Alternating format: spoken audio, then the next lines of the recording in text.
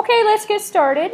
Welcome back to the Strategic Management of Information Technology. It's not a bad time in the course to start talking about assignments. And our first assignment is something you probably could be working on at this point. We don't have too many of them, but everything is due at the end of the course. And so we're still building the ITU EMS. It's not quite ready yet, so you can't submit anything yet. So at this point, what you want to do is create them, save them up, and then when everything's ready, we'll have you go ahead and upload everything, and I'll show you how to do that if you're new.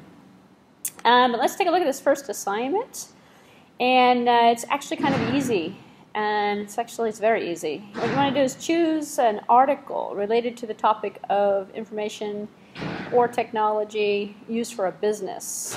Make sure it's a business application or business use of the technology, and it has something to do with strategic management. Because there's a lot of gadgets out there. You know, there's like, play the TV on your computer, or, I don't know, like games and things like that. You don't want to find one of those systems. Instead, you want to find an article either online or in a magazine. So it could be printed or it could be online, a blog, a book chapter, a video. Something from a creditable source of a reasonable length, excuse me, and provide a full reference citation. I'm not going to look for the APA format. If you just cut and paste the URL, and that's going to be the most important thing for me to find so I can actually look at the article. And then what you want to do is write a brief abstract of the article, about 250 words, which isn't that much. So you can write more if you want. Just don't go under 250, including a description of the topic, main points, evidence, conclusions, and end with your own reaction to the article in terms of its credibility, usefulness, and applicability, and any implications that it might actually provide. So the focus essentially is to explore the media and find something having to do with business and information technology and some strategic advantage. So it's actually more of a paperwork kind of thing, but it's to get you out there and to start looking around. And what you're going to end up finding is that there's a lot of articles. There's a lot of information. In fact, I would almost say a good 70 to 80% of all of the media right now is on how to use information technology or information systems in a business to promote something related to the effectiveness of the business. So. All right, so today's agenda is Lecture 3, moving right along. And this one here is actually not bad.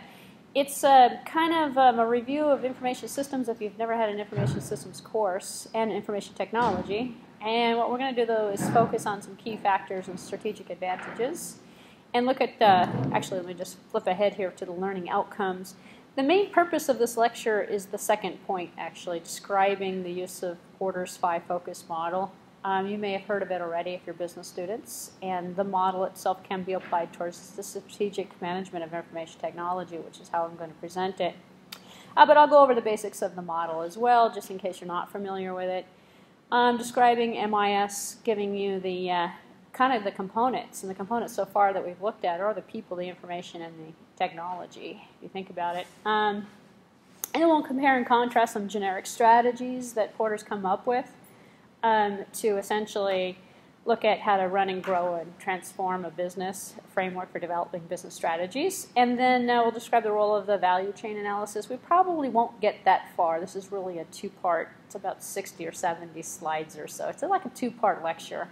So I'm going to hopefully get as far as Porter's 5-focus model, forces model, excuse me.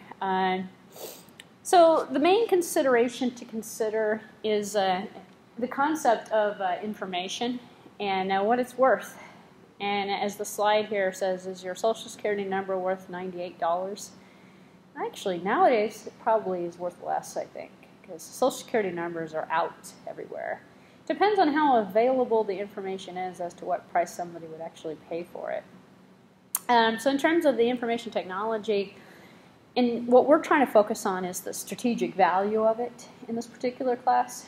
However, there's also the flip side of it. There's a problem. Obviously, the more we make information available, the more we use it, the more we use technology to share information, and we create technology resources, then we end up with situations where Social Security numbers are for sale. In fact, you can probably buy lists of credit card numbers, Social Security numbers, people's addresses, In fact, in the old days, it used to be legal. You could buy mailing addresses, mailing lists. That I don't believe that information is available in the mainstream commerce. It probably still is available for sale somewhere on the internet. But you can pretty much buy almost anything. So IT can be used to increase profits, reduce costs, increase service quality, and benefit society. It can also be used to hinder society. It can also be used for identity theft and things like that nature. Steal your personal information, commit fraud. And many sites on the web are right now selling your personal information, whether you're aware of it or not. So here's some prices. So I don't know if these are really valid. Is it $98 for a Social Security number? So I don't know. Is it $490 maybe for a credit card number and PIN? That actually would be pretty reasonable, I think. If I could buy somebody's credit card number and PIN, depending on how much of a balance there was on there. So, perhaps there would be different gauges or different levels of cards. Ones with higher balances, maybe they would be worth more. I don't know. Driver's license numbers. And what are you going to do with it? Well, a driver's license and a birth certificate in combination. What is this leading to? In long story short, it's leading to identity theft.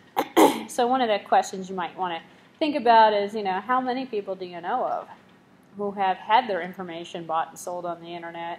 And it leads to problems. In fact, almost every consumer these days has had some sort of problem, either a credit card number.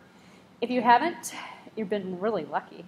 Or you're not using technology, or you're not using the internet, which is another choice. It's kind of like, don't put it out there and you're never going to have a problem with it. But if you do put it out there, almost every person today who's ever done that has had a problem so far. This is why people try to buy credit reports, and actually, believe it or not, there's scams with that too.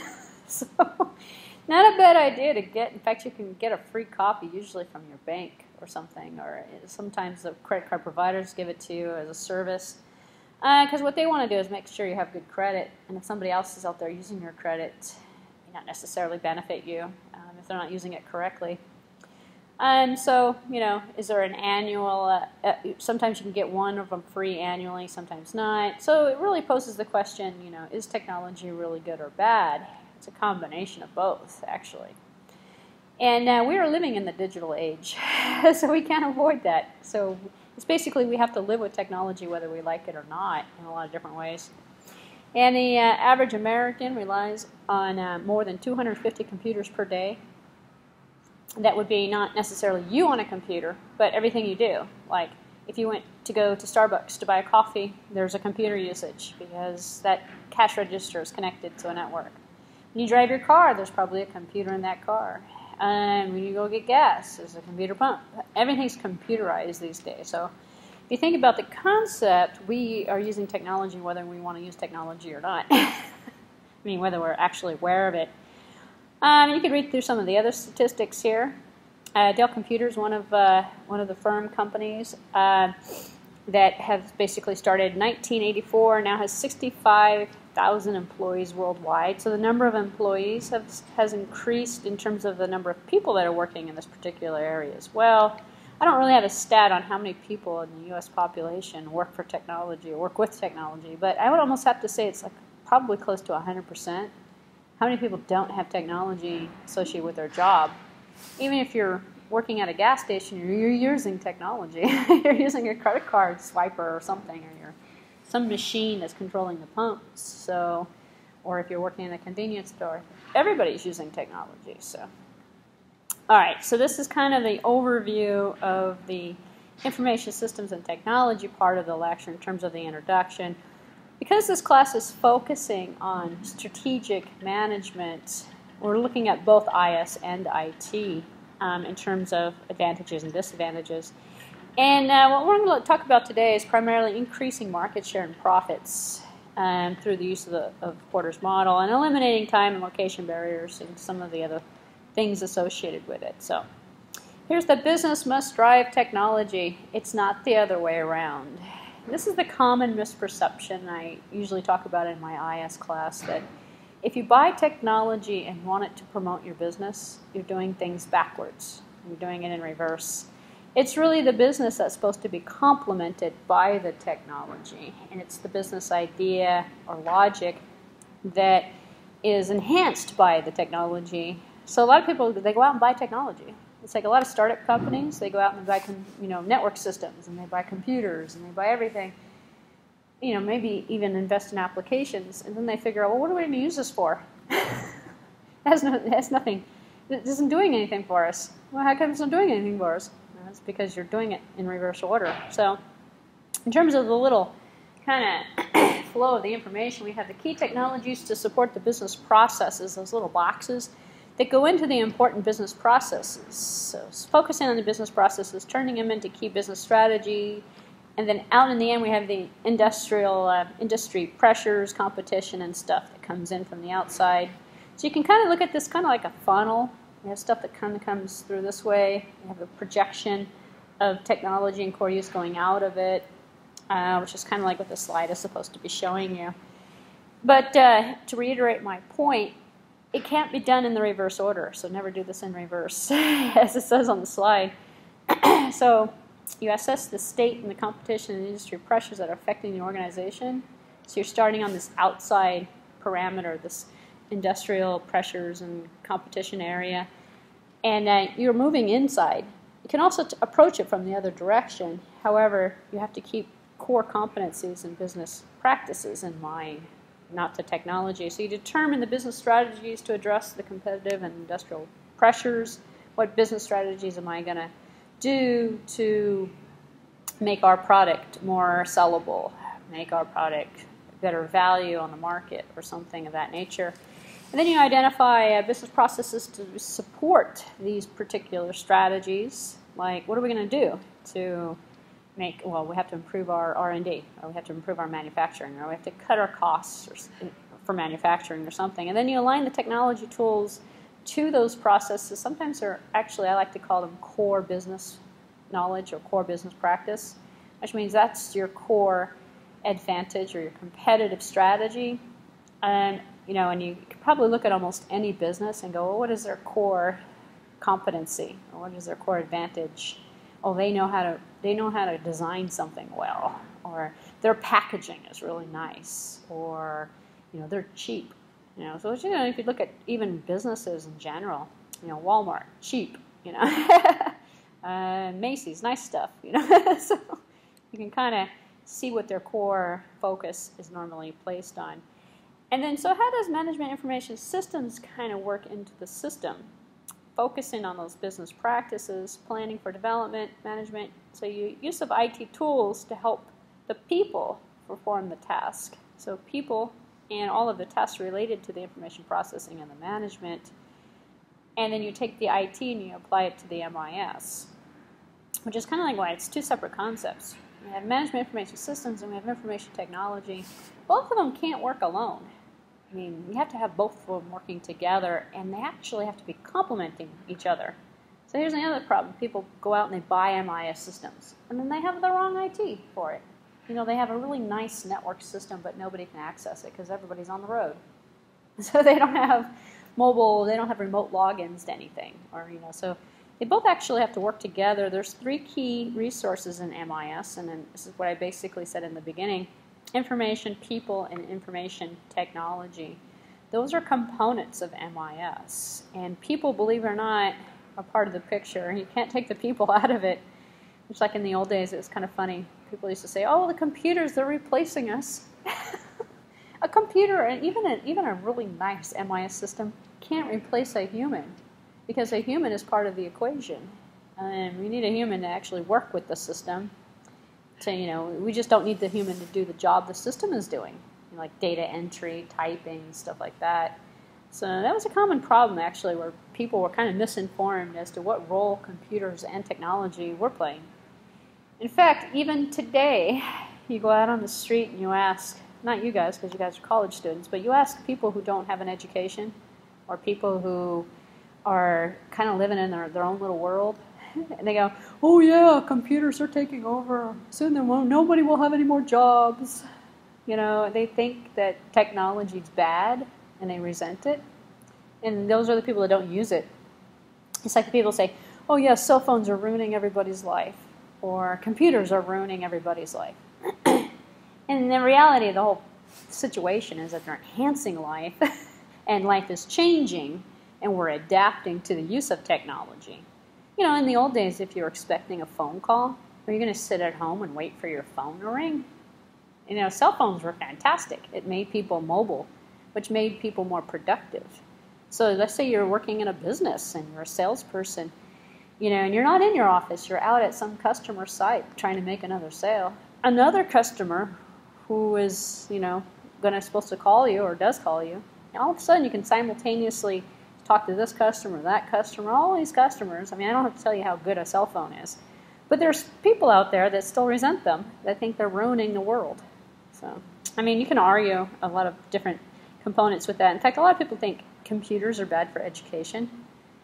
In fact, right now in the U.S., this is a huge issue. Computer technology use in education. You know, you guys probably think, yeah, it's great. You know, if I miss a lecture, I can go online, I can look at it. Or, you know, especially if you're taking a Java class or something, you know, hey, look, I can see how something compiles and how something works from a technology perspective. But here's what the problem is. It's the same thing that happens in businesses all the time, and the reason why I'm mentioning this example. They're using it the wrong way. So instead of teaching children the 3 R's, reading, writing, and arithmetic, they're teaching them how to type on a keyboard. It's like, no, you don't teach a kid how to use a computer. You teach a kid how to read, write, spell, do math, stuff like that, the basic fundamentals. And then you use the computer to complement it, to give them more capabilities, to show them how to, you know, improve accuracy, and you use it as a learning tool. So that's the same thing happens in business. It's like, you know, you don't have somebody buy an accounting program who doesn't have an accounting background and say, you're now the accountant, here's your program. And they don't know what to do with it. It's garbage in, garbage out at that point. All right, so data. This is kind of a review of the information resource in terms of what it is. So we know we have people involved in this. So I asked you on a midterm or a final, I said, you know, what are the 3 components of an information? Information. Information's one of them. People is one of them. Hardly anyone will say people, actually. or information technology. 3 resources of MIS. So people is one of them. And I say that over and over again, and then I know people are going to miss it. People? No, that's not anything. It seems like a, you know, like a bad answer or something. I don't know. It seems like, oh no, people.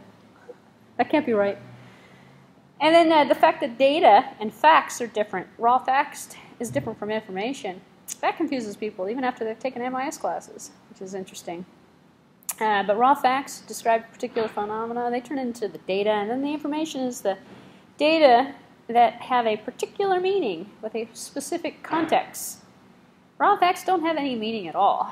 This is the other problem business people do. They collect a bunch of data. And I think I mentioned this in the last lecture. And they don't do anything with it. They don't actually turn it into any information. It's like, it's great to collect a bunch of statistics, but unless you're going to use it for something, it doesn't make any sense. And here's a combination of a couple of things. And this is a screenshot from Excel if you can't see it. And what we're looking at is an information resource. And what differentiates this from data is the fact that we have accumulation of, let's say, ages. Here we have average age, younger age, older ages, age groups, and then you place your age as a piece of data in the particular resource, and it'll come out with, are you higher than average, lower than average, or are you average? That's the information that's acquired from it. So the information is often an aggregate. And so as a resource, we have tools like Excel that everybody uses. In terms of technology, would be the Excel or would be the program that would work with that. So as the slide says, information is often aggregated data that has meanings such as average age, youngest age, oldest age, story. So if we want to say, well, what's the average age of our customers? That might be nice to know, the average age of your customers, because if you want to know where you're going to advertise to them, you know, are you going to put it in a magazine? Are you going to put it on the internet? You know, are you going to advertise in schools? Maybe your customers are students. So that's kind of the example of how a resource becomes a valuable strategic advantage. So data that becomes information, as an example, a date. The date an employee was born, it's a piece of information. How soon the employee is going to retire, you know, impact that she has when she retires, convincing her not to retire, or should we offer them retirement. Even such thing as managing human resources can be done using technology. because what we're doing is accumulating information that's going to help us make better decisions. And in the old days, managers never wanted to use this. You know, like a general manager would actually be able to use an information system or information resource to determine, you know, how often should they do merit pay increases? How often should they turn over, or are they having a lot of employee turnover or staff turnover? How much training is needed? All those decisions can actually be made by an information resource. You know, they don't have to do any thinking. They can just print out a report that says, well, the average education level is this. Nobody's taken SAP courses. Nobody's taken this. But we're going to bring in a new SAP system. Maybe we should have some people prepared. Oh, let's go send them to training, you know. And so it kind of makes them a little bit more knowledgeable in terms of what's going on. And in terms of the resource itself, this is what gives us that business intelligence that's so important. And the business intelligence is a collection of the customers, competitors, partners, competitive environments, all sorts of different things. So business intelligence is information on steroids, as the slide says, because it's basically taking and creating some concrete information that never existed before. And that resource all of a sudden becomes, how many should we produce? How many items should we put on the assembly line? You know, really critical decisions that is intelligence for the business. Because if you produce too many, let's say you're a car manufacturer, and you're trying to figure out, you know, by using your information resource, you know, you have to schedule this stuff in advance. You can't just pick one day, because it takes more than a day to build a car. And so you have to decide ahead of time, how many of these items do we need of this particular model? Let's say you're a manufacturing house and you build a lot of different models. You know, which one should you give higher priority to in terms of how many more repeats are you going to get off of that line? What colors are selling better? A bunch of information, actually, that kind of plays a part in terms of business intelligence. Because if you make the wrong product, you can't, well, you put it on sale, I guess. It's like retail stores when they buy too much product. Then they have sales, but that's the loss of money. It's a loss of revenue if you think about it. So you want to have just enough merchandise, but not too much. So you make important strategic decisions using that business intelligence. And here's a resource example where we have a customer ID, an age, a gender, a plan, a salesperson, total sales. So we have a bunch of information. So we combine multiple sets of information in this particular example to come out with a resource. And people say, well, this information resource, you know, going back to the people that don't like technology that say computers are ruining the world. You know, information resources have existed since the beginning of time. Everyone remembers the Rolodex, you know, maybe you don't. You know, or 3x5 cards, or notebooks, pen and paper. That's an information resource. Anytime you write something down, that's an information resource, if you think about it. And what makes information resources on the computer more effective is the knowledge that can be gained from it. So when we take and write something down on a piece of paper, we might have 5 different pieces of paper. We don't have anything that's automatically going to put it all together, archive it, save it, communicate it with other people. When we do that, then we end up with knowledge. And if we use computer technology or technology in general, we create knowledge. And so that the knowledge is the term that describes, as an example, the contextual explanation of the business intelligence, the actions to take to affect business intelligence, the intellectual assets that might occur, the patents, the trademarks, anything that might come out of it becomes the knowledge. Organizational know-how, things that are best practices, frequently asked questions, that's the knowledge that comes out of a technical support department, hopefully. You know, after you've been asked the same question 100 times, maybe just post the answer somewhere so people can find it themselves. Save yourself some work. So most people try to do that in their daily work life anyway, especially, you know, when, let's say, for example, they've had a task that they've had to do. You know, how many people will make a note? Oh, yeah, do this, and this. You know, just next time you have to do this, you have to remember, oh, yeah, you know, that's knowledge, documented. And knowledge is not always documented. However, sometimes the knowledge is something that's acquired and housed as an asset. That sort of like corporate knowledge or company knowledge. And they used to say that came from people who worked at a company a lot, you know, for many years. And then, you know, say, well, you know, then you have to turn around and say, well, what happens today? Nobody spends, like in as an example, in a country like Japan, you work at a company for like your entire life. You start as a kid and you go through management level. That doesn't happen in the U.S. I don't think it happens anywhere else either. It may not even happen in Japan anymore. I don't know. But so how do you do? They'll use information technology now to capture that knowledge that people are doing, because they're going to leave that company and they're going to go to another one. Then they're going to go to another one. So we don't have any saved information from how they did their job years ago or anything. So we can use technology to kind of make that into a resource as well. In terms of quality attributes that are associated with this particular resource concept, and once you're familiar with information resource as a concept, and once you start using it, then you know how to tell a good one from a bad one. And these are some of the qualities that kind of differentiate the two. Timeliness, is it actually accessible? Is the database something that is available, that you can query, and is it connected with applications? And is it being used?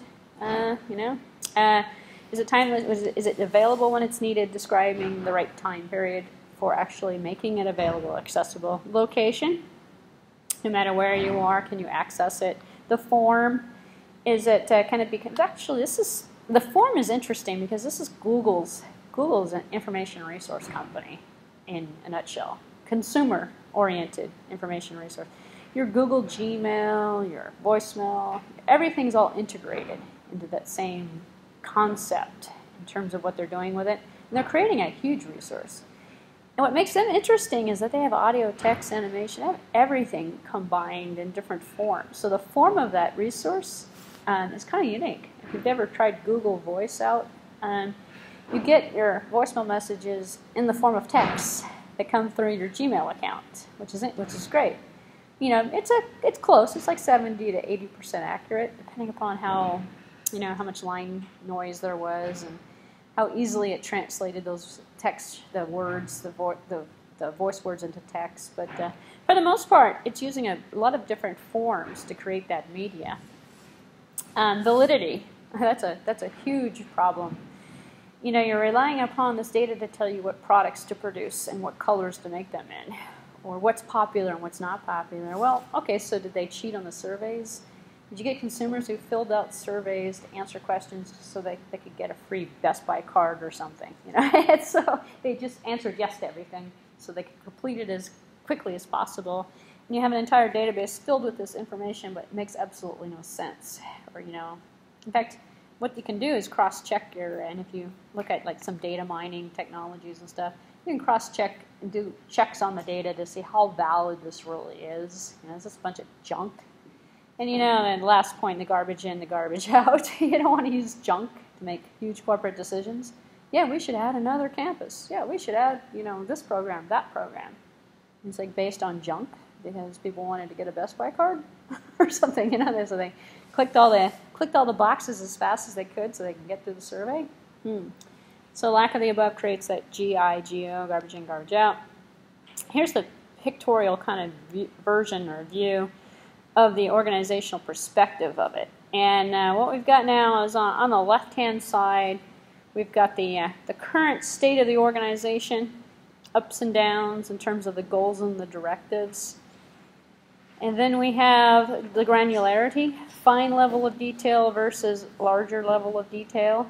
Because this is actually where we get like drill down and we get all sorts of different types of abstractions on the data in terms of its presentation as a resource. You know, in fact, depending upon what kind of data you're interested in, you have to actually get it in the right granularity. Otherwise, it makes no sense. If you're a corporate executive, you're getting a lower level of detail, higher level of abstraction on that data. You want to know how many sales were made by this particular Target store on this particular month and compare it with all the other Target stores. If you're a lower level down in the totem pole, you want to know how's my store doing, or it's how is my department doing, or how are my individual salespeople doing. So that's what's in terms of the finer and lower level. And the pyramid here is kind of giving us our combination of the customer, suppliers, and others, our ins and outs that are working. And our horizontal level on the bottom is giving us between the functional business units and the work teams and the different perspectives on that. So it's kind of an interesting little pyramid. it can be broken out, probably understood clearer by looking at the different components of it rather than the big picture. This came out of the same textbook that I was using for the last lecture. The guy really loves pyramids. I'm not quite sure why. I'm not a huge pyramid fan, but in fact, I'm noticing that as a huge trend in IS. IS and IT textbooks, they're all pyramid-oriented. Everything's presented in a pyramid. Whether we need a pyramid for that? I guess we do. Shows you at the higher level, it's smaller, bigger on the bottom. So on the bottom we have more business functional units and things of that nature. As we go up, we have grainer, we get higher level of abstraction, and we get, we're showing different strategies and different goals from different perspectives in terms of who's looking at it. And you can take this and go strategic management, middle management, lower level management, and then line workers on the bottom in terms of the hierarchy of the structure, which is why that is a pyramid makes sense. So also looking at in terms of the flow of the information, which I didn't go over. So the upward describes the state of the organization based on the transactions. So looking at from here in terms of the number of transactions that are reported in the data, you're going to get an accumulation up here. You're only going to get each individual single abstraction on the bottom, each individual transaction on the bottom. The downward strategy goals, directives, looking at it from passed through the levels. So you can look at the business functional units as well in terms of work teams and stuff. So I think I pretty much hit most of those points. In terms of the resource itself, all resources themselves, what it describes, we have internal, external, objective, and subjective type of information in different categories that we could look at. In terms of an internal information, because if you think about the resource, not all resources are created equally.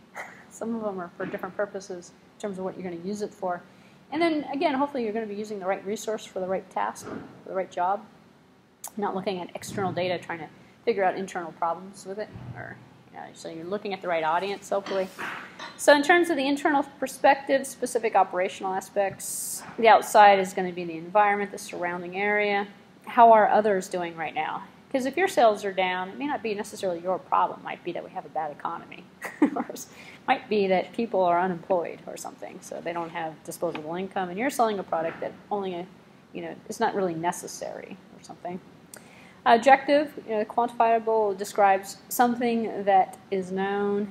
Subjective tends to describe something that's unknown. Subjective, so it could go one way or the other versus something that we know what answer we want, or in fact we can go in both directions. We can use the resource to say, look at this information and tell me what it says. Tell me what my best product is. Or we can do the opposite, work it from the other direction and say, I like this product, should I make more of it? Or run it back through the system and see from the resource, from whatever the resource information is giving us, is it something we want to continue making or something? So people, going back to the people concept, their most important resource in the organization focuses on technology literacy.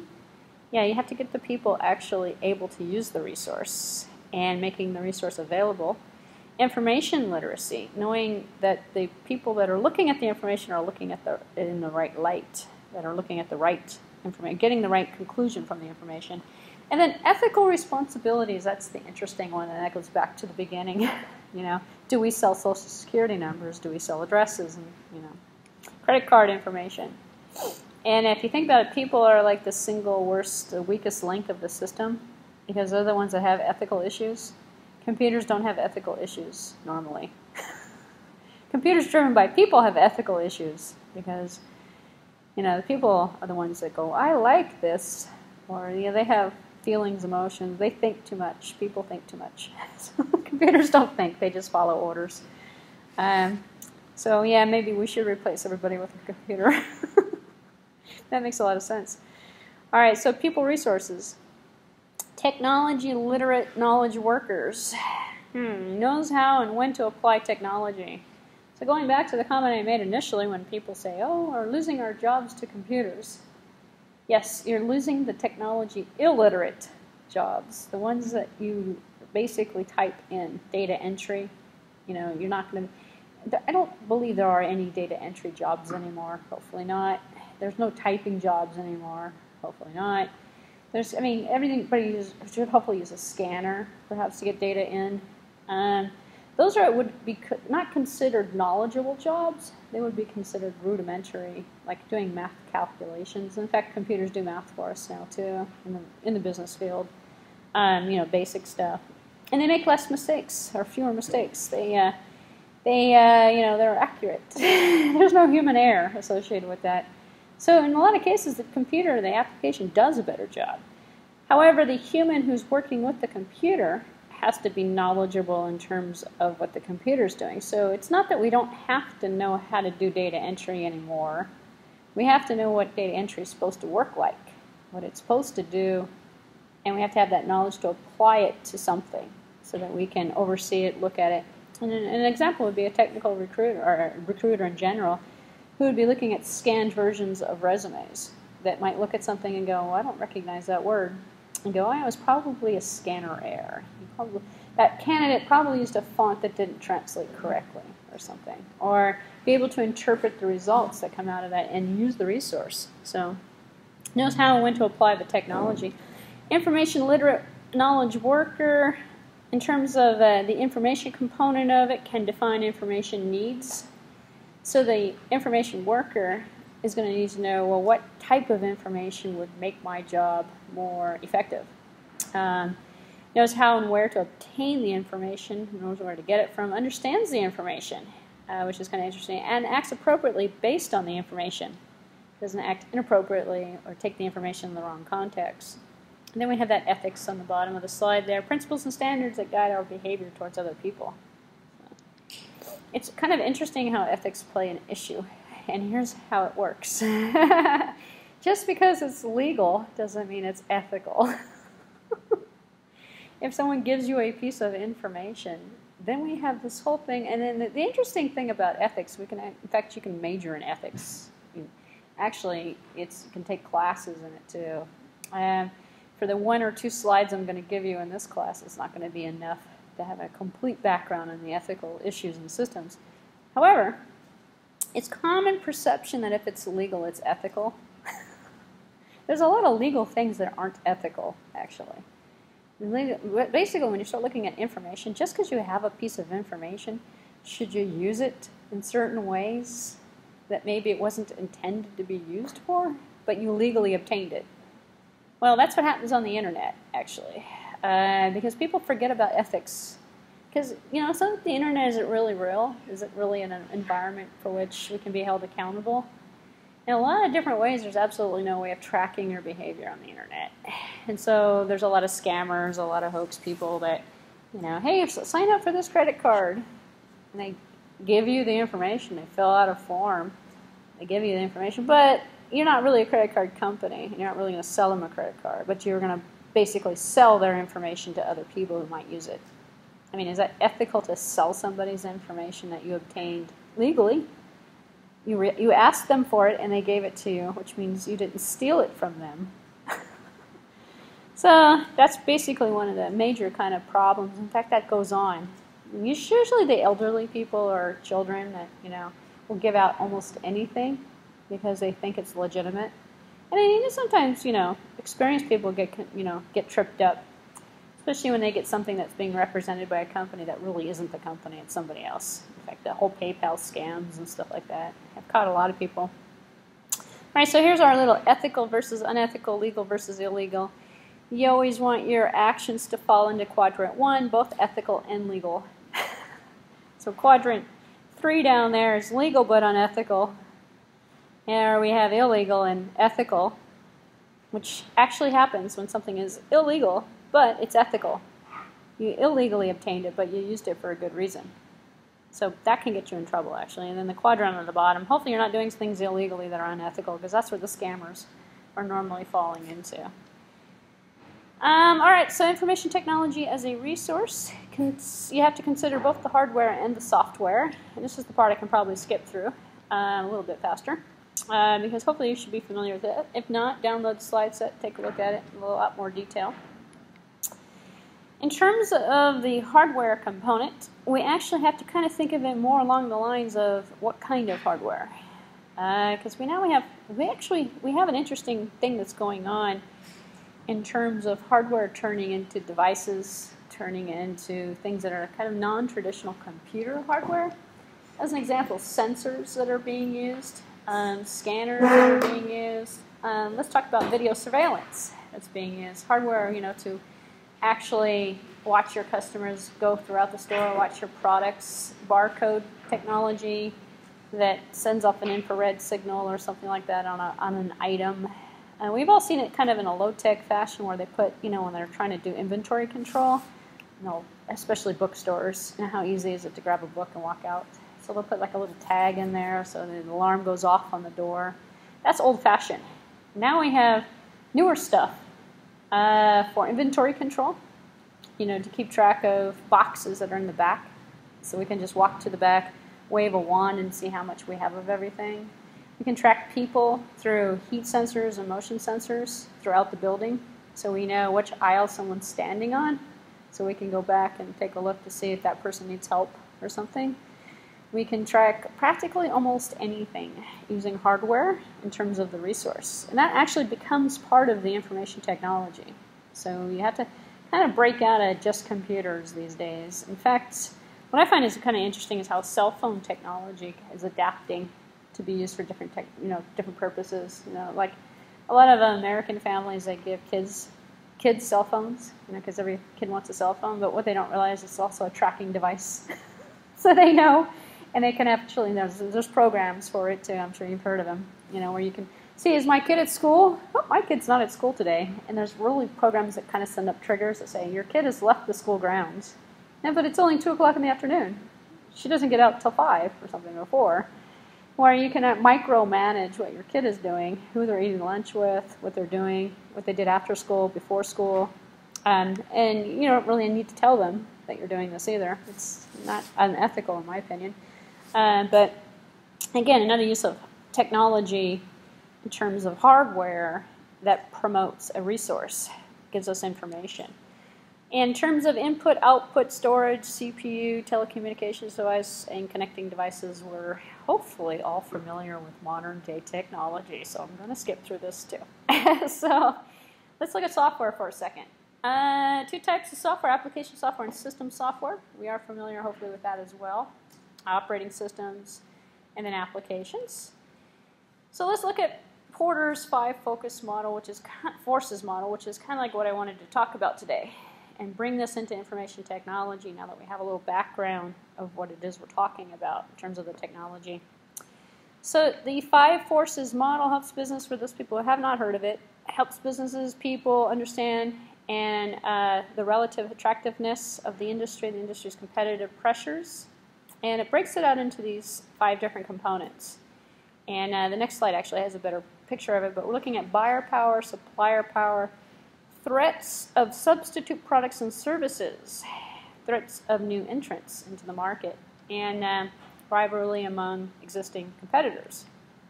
This is this is a picture I was talking about. That's kind of a better view of it. We actually have to look at, in terms of information technology, all of these 5 components. Normally in a lot of other different types of business practices, you only look at one. If you're in the marketing department, you're looking at threats, perhaps, threats of new entrants. You want to make your product unique. If your product's at the end of the life cycle, you might be looking at maybe improving it, making it more sustainable, adding something to it to attract it. Maybe bargaining power of buyers, perhaps, and bargaining power of sellers. If you're working with manufacturing, you're probably trying to reduce your costs in terms of coming up with better parts, better quality parts. So the model is used in a lot of different fields. It's heavily used in information technology and information systems. Because if you think about it as a concept, and what this slide is doing is breaking it out and just showing you information technology in terms of its application. So let's talk about buyer power for a moment.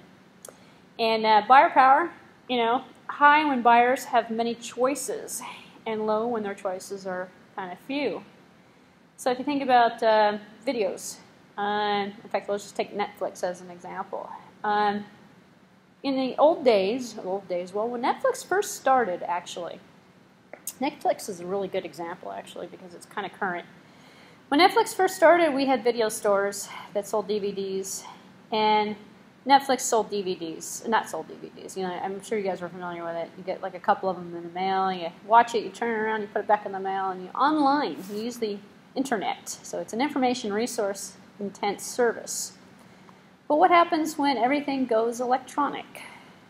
So buyer power, we talked about that. We had a lot of choices. We didn't have too many choices in the beginning. Netflix actually made a lot of money in the beginning when we had video stores because it was easier as an alternative than driving to a video store, to a Blockbuster. I don't think we have any more video stores. I'm not sure if we do. Actually, we do. I still see video stores. Usually it's in lower income areas because they're not technical savvy. They're not doing things electronically yet. They're still doing things the old way. And you can burn your own DVDs and stuff like that as well. So, I mean, people are still using DVD technology. However, if you're living in modern day times, everything's electronic these days. No one waits for a DVD to show up in the mail. But Netflix, believe it or not, is still growing. And they're doing much better than they used to. Back when buyer power was pretty good. When buyer power became pretty strong now. So how did they do it? Well, they used information technology. Now we have Netflix that works on Wii systems, game consoles. So everyone's got a game console. Everyone uses the internet in terms of activity for their games. They have internet access. Now they do streaming video through game consoles. Interesting. If they didn't do that, they would be pretty much broke, out of business at this point. Because nobody rents DVDs anymore. No one's going to wait for it to show up in the mail. So companies, like iTunes, where you can download a DVD or download well, they made it so that their streaming video runs faster. And they made different options for it, so you can actually keep a copy of it. You can watch it. You can return it easily. You can do it over the internet. You can do it through a game console. And they pretty much reinvented themselves using information technology to adapt with the times to make themselves yet more profitable than they used to be in the past. Because now they don't have the expense, the mailing expenses. Now they don't have to actually throw away DVDs and burn new DVDs to make copies of stuff. It's easier. So the business practice is easier, fewer employees, more profitable, actually. And they're still competitive because they're still providing something that they can't get anywhere else. Where else are you going to be able to download a DVD onto your Wii system? But Netflix does it. So, all right, so that's an example. In terms of what they did is they got rid of the buyer power. Buyer doesn't have any choice. Has to use Netflix. So, and who else is going to go enter? Well, that's a different topic, but who's going to enter into that market? Nobody, because Netflix has got it. They're going to leave that alone. It's kind of like trying to compete with Apple and iTunes. So competitive advantages are created to get the buyers to stay within a given company. So they did that so that the customers would stay. United Airlines offered the frequent flyer program, then everybody else offered the frequent flyer program. That didn't quite work. Well, it worked in the beginning. In fact, they had a lot of people that were using that. Airline industry right now is actually taking a huge turn. I'm not quite sure what direction it's going to go in, but buyer power is pretty high. So people can pretty much shop on the internet and get prices that they can't normally get anywhere because companies are pretty much desperate. Apple iTunes, buy and manage your music. In the old days, the way iTunes kept buyer power is if it was in iTunes, you couldn't get it out. It was stuck. And then they opened it up and they said, oh, okay, customers want to burn CDs. Oh, they want to take and export it. Okay, let them do it. Otherwise it was DRM'd and it was stuck in the iTunes. And if the iTunes went down, well, you could call up Apple and they could restore your account. And you can re-download your music if you wanted to. But in terms of Dell, their customization, to customize a computer purchase, which is why a lot of schools actually ended up with big contracts. So they got people in there with their ability to customize. So. Competitive advantages and first mover advantage. So we have, in terms of the buyer power, providing a product or service in a way that customers value more than what the competition is able to do. Well, that's the age-old standard. That's Business 101. It's been going on for years. But now we can use technology to make that more effective. If you're not using technology, you're stuck. because everybody, all the competitors are using technology. First mover advantage. Significant impact on the gaining market share by being the first to market with competitive advantage. Now, in the old days, that was the exact opposite.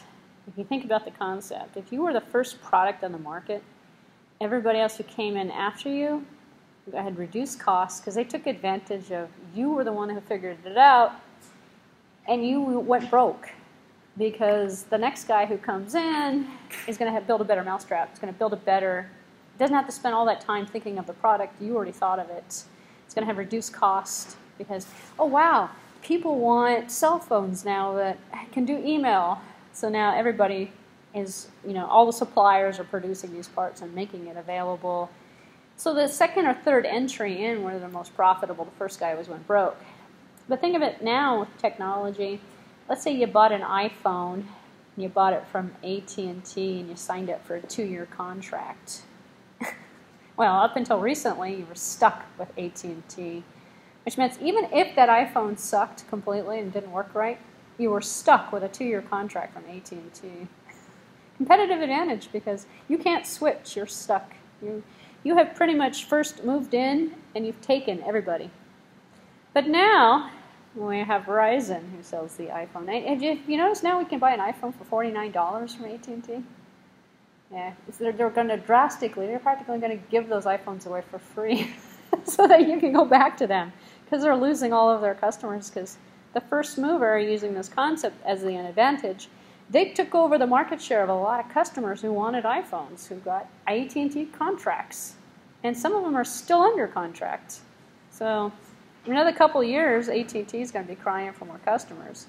So now their whole ploy is, well, let's reduce the price of that iPhone. You could buy it for $50 from AT&T as long as you sign up for a 5-year contract or 4-year contract because they want to keep their customers. So, all right, so all competitive advantages are fleeting. So all airlines are now basically offering frequent flyer programs. Now I have Verizon, who's you can get an iPhone from Verizon.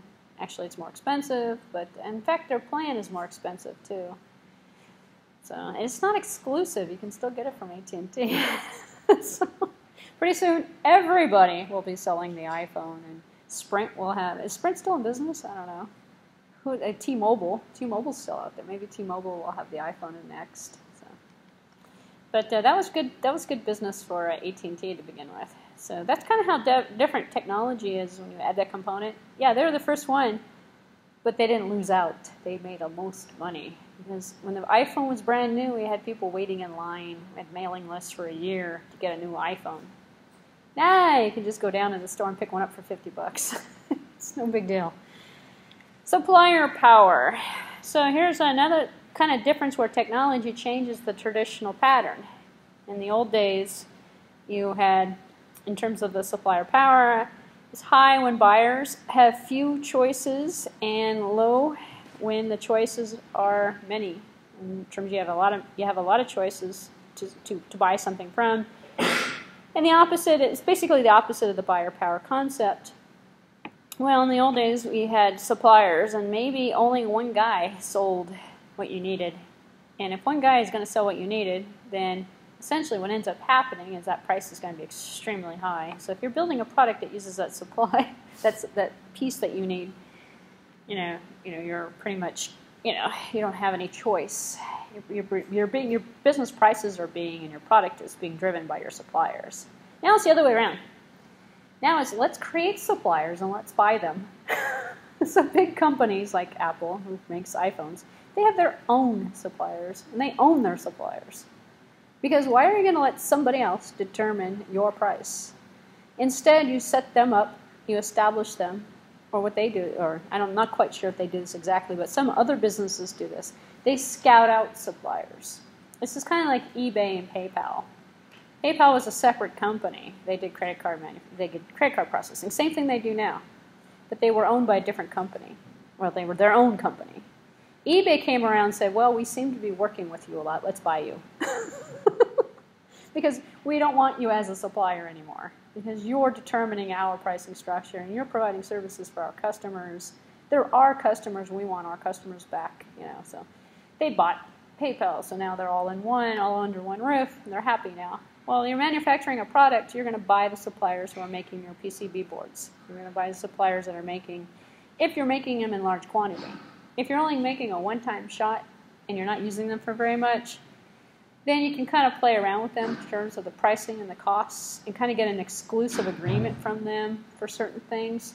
But you have, as the seller, as the manufacturer, you have more power these days with technology because you can actually find them. In the old days, how did you find them? It was really hard, actually. You had to go through the phone book, go to trade shows, go all over the place. Now you can get it through information resources, big hubs from all over the world. So you can find people that are out of the country, find people that are, small. You don't have to be a big company to be small. So it basically opened up the market. So what we have on the left-hand side is your suppliers, your organization in the middle, and then your customers on the other end. And in terms of what the slide is telling you, you want supplier power to be low here between the suppliers and the organization. You want the buyer power to be high. So you reduce it by using technology to get little guys to open up the supplier market. So supplier power is low, so you buyer power is high, and you take control, or you buy them out and you own them, and you have no supplier. And then the other choice here between your organization and your customers, you want the supplier power to be high here. You want the buyer power to be low here, because you want essentially the fact that you are the only one on the market that are selling this particular product. You want the market share. You don't want all the competition. If you're an airlines company, you don't want everybody else to be having frequent flyer miles. So they have to come up with something new, actually, because that concept's pretty old. Nobody uses it. I don't know. Maybe you guys still do. But they have to have something else, like free flights or something. That would be nice. Actually, an airline company that didn't sell you food, that gave you food again, that might actually be a good turn, too. So now you have to buy your own food if you go on a plane. Well, domestic flights. So. All right, so the threat of substitute products and services in the old days, in the traditional business model, we had copyright infringements. We had, oh yeah, here, look at this. Take it to China. Make me one of these. We had illegal duplication, infringement and stuff. We had substitutes. We still have substitutes going on, but it's a little easier now because now that information is more obtainable, we know what the ingredients are. We even know who the suppliers are. And so now then the whole concept of the OEM product, original equipment manufacturer, where it really is a Dell, but it's being sold under a different label. Well, we have cell phones, GE phones that are being sold under this label, under that label. Depending upon which carrier was going to provide the service for it, which features are going to be on it. So now we have a little bit more cooperation, so it's not really a substitute, it's more of a product line in some ways. And we can use technology to improve that. So the threat of substitute products and services, high when there are many different alternatives. And the buyer and low when there are very few choices, which is like the iPhone. Nobody makes an iPhone. Although maybe give it another, well, see, we need 17 years on that, so we're getting close actually. How long has the iPhone been out? Maybe 5 years or something? 4 or 5 years? I suspect 6 years, you think? Yeah. So in another 10 years, we're going to have generic iPhones. Oh, no, I've seen the generic iPhone recently. Those are illegal. I know, but I've seen Yeah. No, I've seen them as well. In fact, you can go on eBay and you can buy generic iPhones that are made in Taiwan. Exactly like They look just like them. It's just not Apple logo. Yeah, there's no Apple logo on it. Yeah, it's fake. It's a substitute, but it's illegal, actually. Much cheaper. Yeah, you can buy the Android phones, too. In fact, you can buy tablets. You can buy a fake iPad, too.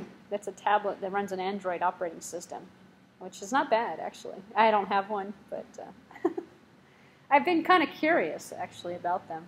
Because if you do Android development, or, you do platform stuff, you can think, wow, it's a new operating system. You can make your own apps for it and stuff like that. I mean, it's like a nice little toy. If you put AT&T SIM card on it, then AT&T, they detect the data users, Mm. and they automatically add the data plan to your account and track down. Oh, really? They have the secure ways to do that. Wow. Yeah, they can pretty much tell when you have fake stuff out there, too. So. Samsung Tab has this feature. fake ones, Samsung tabs. No, those are legitimate. The Samsung tabs. Yeah, the original Yeah. Samsung tab has this feature. Has those features. Yeah, you can insert your SIM card and use the data plan. Well, they also have devices to crack them. They've had that for the iPhone for years. You put this little thing in there. You put your own SIM card in there from a different carrier. You don't have to use AT&T. So, yeah, but unfortunately, what ends up happening is the companies can circumvent that, can automatic. In fact, Apple does this all the time. Every one of those new software updates you get, is adding something to prevent somebody else from doing something illegally on the phone. So if you keep updating your phone, eventually it won't work again. So you have to go back to a different version of it. So it's not quite as easy to get a substitute product on that.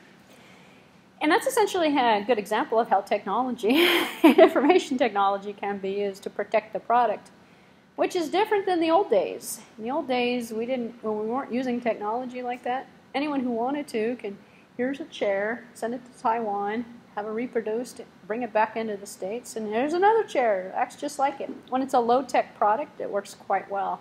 When it's a high-technology product that sends a signal, receives a signal, has software on there that's controlling the operation, or has an operating system on there that's proprietary, not quite as easy to duplicate or to substitute. So, in terms of substitute products, some of the traditional methods, and actually mentioned in the slide here, switching costs can reduce this threat. It's kind of like if you wanted to switch, it's going to be more expensive than if you just kept it. And believe it or not, actually, this is kind of like what happens when people buy cars, especially when they lease a vehicle. If you lease a vehicle for 2 years, 3 years, you end up paying more money to return the car before you're done with the lease than if you just kept it for the life of the lease and then returned it when you were supposed to. Because the same thing, anything you cancel early, they're locking you in because they don't want you to buy a substitute. They want you to use that car on that lease. They don't make it very advantageous for you to switch. So if you can lock a customer in, keep them in, and no ability to switch. And in the old days, this is kind of like what Microsoft was trying to do.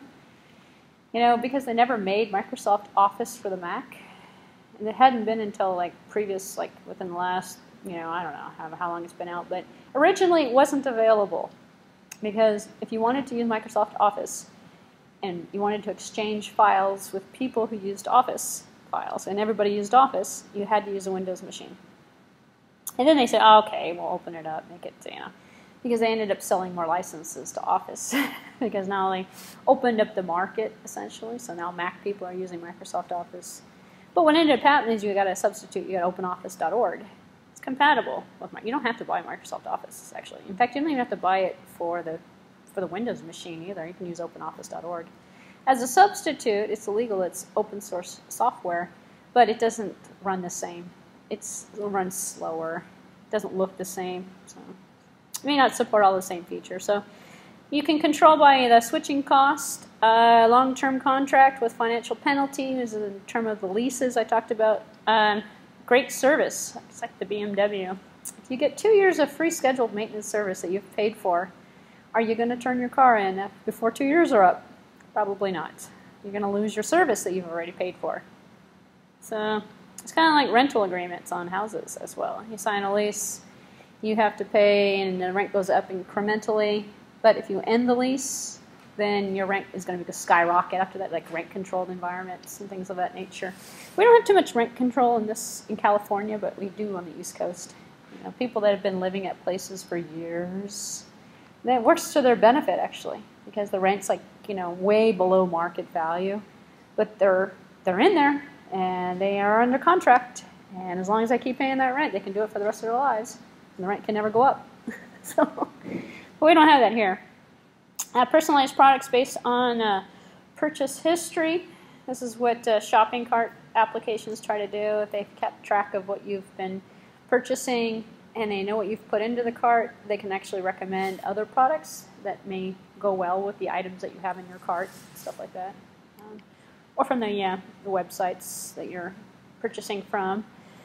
And then threats of new entrants. This is when technology kind of sort of works, but it kind of fails in a lot of different ways, because technology opens up the door, creates communication, shares information, makes everything almost public. I mean, it might be unethical, might be illegal, but it's there, it's out there, it's public.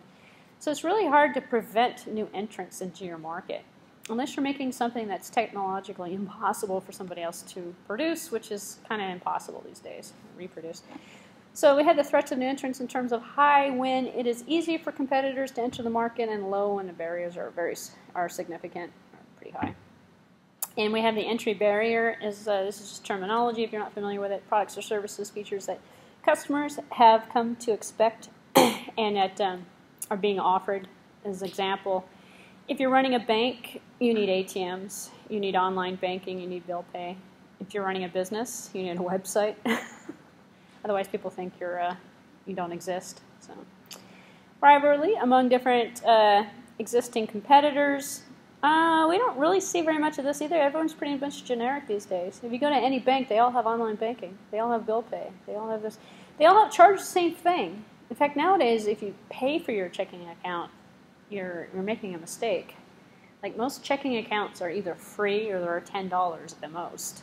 In the old days, they had different qualities of service where you could pay $20 a month, but you get free something else. Like, you get free cashier's checks or money orders. But people don't use the banks anymore for those services. In fact, some people don't even buy checks anymore because you can use technology to print your own checks.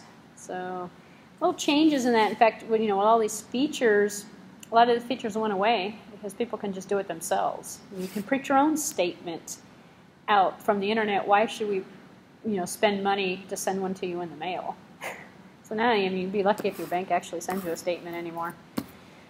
Or, they don't charge you extra to send a statement. In fact, there's some banks that charge you to deposit cash because it takes more processing than checks, electronic transactions. It's like old technology is more expensive now than when you use new technology, which is kind of weird if you think about it. But, why should you have to pay the bank to deposit cash? It's usually like 1% of the cash amount that you're depositing. So it's ridiculous. All right, so in terms of rivalry among existing competitors, it's high when the competition is fierce, and low when the competition is more complacent, not as many of them. General trend is towards more competition in almost all industries. And there's a dozen banks. There's a dozen online this, online that. So IT has certainly intensified competition in all different sectors of business. Has made it basically so that people have to be able to be competitive technology-wise. Okay, so we have, and I'm going to go on for a few more minutes here and talk about the 3 generic strategies and then end with that concept. So this will be a 2-part lecture. I'm not going to cover all of it today. So instead of focusing on the high market, on all 5 different forces, we've got the 3 generic strategies that he has come up with. And so he's identified these strategies for beating the competition. So these are ways that you can use information technology in terms of these strategies. And the three ones to focus on are the overall cost of the leadership. Sometimes it's not always best to be the leader in the industry. Sometimes you make more money not being the leader. And then the differentiation cost and the concept of being different and how different do you want to be. Because sometimes if you're selling a generic technology product, who cares? If it's generic, if it's not any different than your competitor. Because sometimes you don't want to be different, you want to be the same. So people will choose you as an alternative choice. And then the focus in terms of the characteristic of the business. So we have the focus strategy on top. So we're narrowing the market scope. And you see the focus is kind of big, actually, as that big green box on the top. Which means we're looking at a global market these days. I mean, we don't want to focus. We don't want to narrow anything down. And in terms of the broad scope on the bottom, we have narrow scope on the top, broad on the bottom. And on the broad aspect, we have unique competencies and we have low-cost competencies in terms of the different components that make up the broad sector. And within those, we can look at the differentiation and we can look at the overall cost leadership. terms of a strategy. So let me talk about each one of these kind of in a little bit more detail, and I'll conclude it after I get done talking about these three generic strategies. So the overall cost of the leadership, offering the same and better quality product or service at a price that is less than what any of the competition is able to do. This is kind of like what Apple's trying to do, what AT&T is trying to do with a $50 iPhone. Why go to Verizon and spend $199 or $299 when you can buy one for $50 from AT&T, $49.95? That's not 4G. It's not 4G, you're right. You're right, because they don't have a 4G network. No, it's for iPhone 4. Oh, It's not iPhone. no, it's not. It's the earlier ones, you're right. It's the older ones that they're trying to get rid of. But think about it. If you've never owned an iPhone and you want to own an iPhone, that is actually, that's the cost leader right there in terms of the generic. In fact, I liked my 3G. I liked my older model. I had the older model before I switched to the Android. And I'm actually kind of tempted, believe it or not. That's why I keep talking about it. I'm thinking about maybe this weekend getting one of those $49.95 iPhones before they're all gone. But that's a classic example, though, and how they've trapped me in as a consumer. I might actually go get one. Who knows? Maybe next week I'll have my new iPhone. I just don't want the AT&T network. I'm a Verizon customer already, which that's my problem. I don't want to switch back. I switched a long time ago and don't want to switch back. So, all right. So, here's some other examples. We have Walmart. You know, they pride themselves on always the lowest, everyday low prices. So they're being the cost leader. And there's no doubt the quality's not there. If you buy something at Walmart, it's going to be of lower quality. But it's always the lowest cost leader, hopefully. I mean, that is the lowest price. But you know what? It doesn't always. I have found things at Target cheaper than at Walmart. So anyway.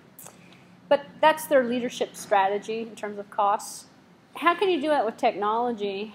The only way that you can really implement a management level strategic plan, technology-oriented, would be to do something with some part of the business to make you the lowest, to make you the cheapest. And you'd have to basically have a competitive advantage over everybody else in order to actually do that. And so you'd have to apply technology to make that happen somehow. Dell, you know, being able to be affordable. Hyundai, Kia.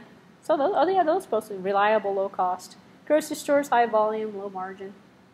Supermarket, big, super, low price. And it's supposed to be cheaper to buy stuff at a grocery store than it is at a liquor store or a small mart. Differentiation in terms of that is a definition of offering a product or service that is perceived as being unique in the marketplace. Hummer, there's no other Hummers out there. And Audi, Michelin, for safety tires. Are those tires, Michelin? I don't know. Lundy's, I don't know what those stores are. Oh, those are high end. So I guess Lenardi's out here. And, I don't know what the other one, Albertsons? I don't know. I think Lucky's and Safeway are supposed to be the low end. I don't know. Don't quote me on that. I don't go to grocery stores very often. Because they have high volume, long lines. So you may not necessarily want to spend the cost. I mean, spend a little bit more and not have to wait in line. That's my point. Okay, in terms of the focus quality, focus on offering products or services that are unique, that are different to a particular segment or a buyer group. This is where you get the high niche markets. You get the custom-made, one-of-a-kind stainless steel pen or something, you know, fountain pen or something. You know, you get these products that people buy, and people buy them. High-end products. And now you're looking at within a segment of a particular product line to a specific geographic market. And so it's generally, when I think of focused products, I always think of more expensive products. When I think of generic products, I always think of low-end. The internet is generic. Anything you buy on the internet these days is, you're looking for low cost. You're looking for generic. It's a computer. It's a fake iPad. It's whatever you're looking for.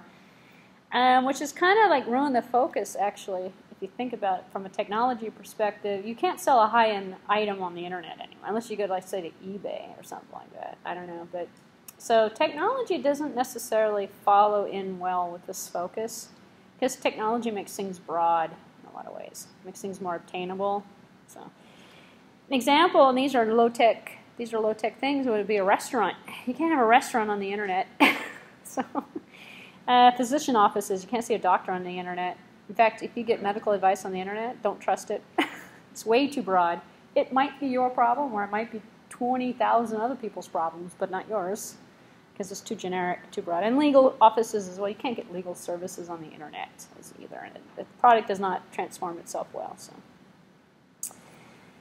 all right. So, alternative business strategies. Well, this is a good stopping point. So I'm going to end this lecture on this slide and then continue next week with the second half of this, and probably finish this next week. For those of you who came in a little late, sign the roster if it's going around still. And I talked about the first assignment as something that you probably want to start looking at. It's finding a business, it's finding an article somewhere on the internet, in a business trade magazine, anywhere you want, on how a business can benefit, or some kind of a management level, business level, strategic advantage that information technology has provided. So something on the theme of the course in general. 250 words or so, or more. You're just basically writing a summary of the article, and you're giving me a reference for the article. So you're telling me where you found it. The ITU EMS is not ready yet, so you can't submit it, but it should be ready soon. So I'll announce when it actually becomes available for you to submit it. Then we can just submit it to the DA. Unfortunately, well, actually it would probably work out well for this class, but unfortunately you have to submit it directly to the EMS. In order for it to be tracked correctly, so you can get credit for it and you can count it towards your grade. Otherwise, you know, when you send things in email, it gets lost. So, all right, thank you, and I will see you next week. Okay, enjoy the weekend.